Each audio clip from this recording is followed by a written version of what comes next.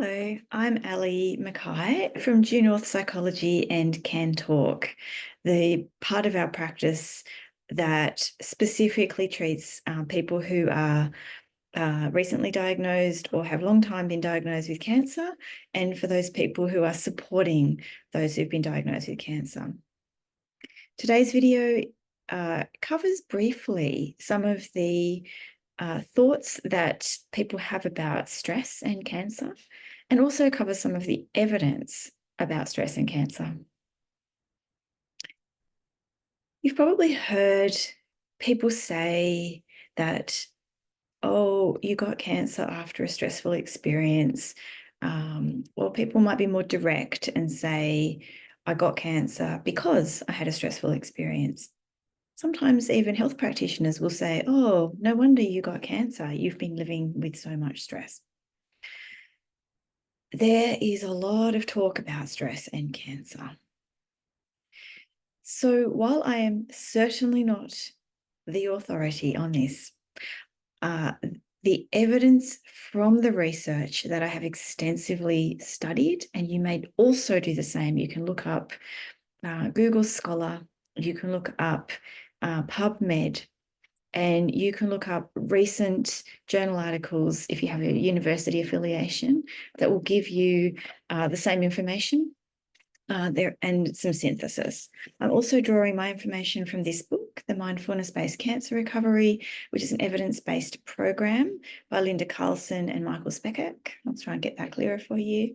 I'll put that in front of my face.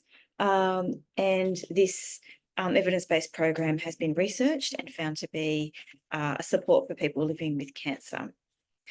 The reason that stress and cancer is so widely studied is because researchers have often looking for everything we can, right, to find out what it is that is a correlate of cancer. And one of the things that we do are correlational studies. We can't do causational studies in the sense that we can't,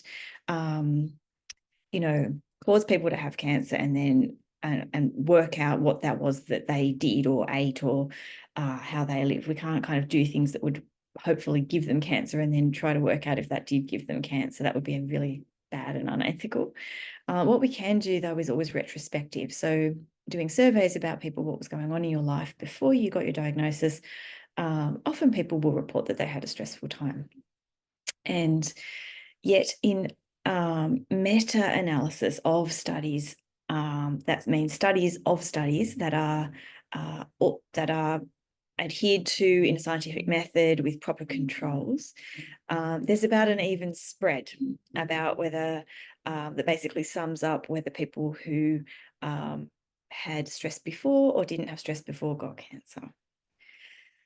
There's also a pretty strong correlation between social supports and stress and cancer. So it looks a little bit more like if you were going through a stressful time and you had some social supports, you might have fared a little bit better in terms of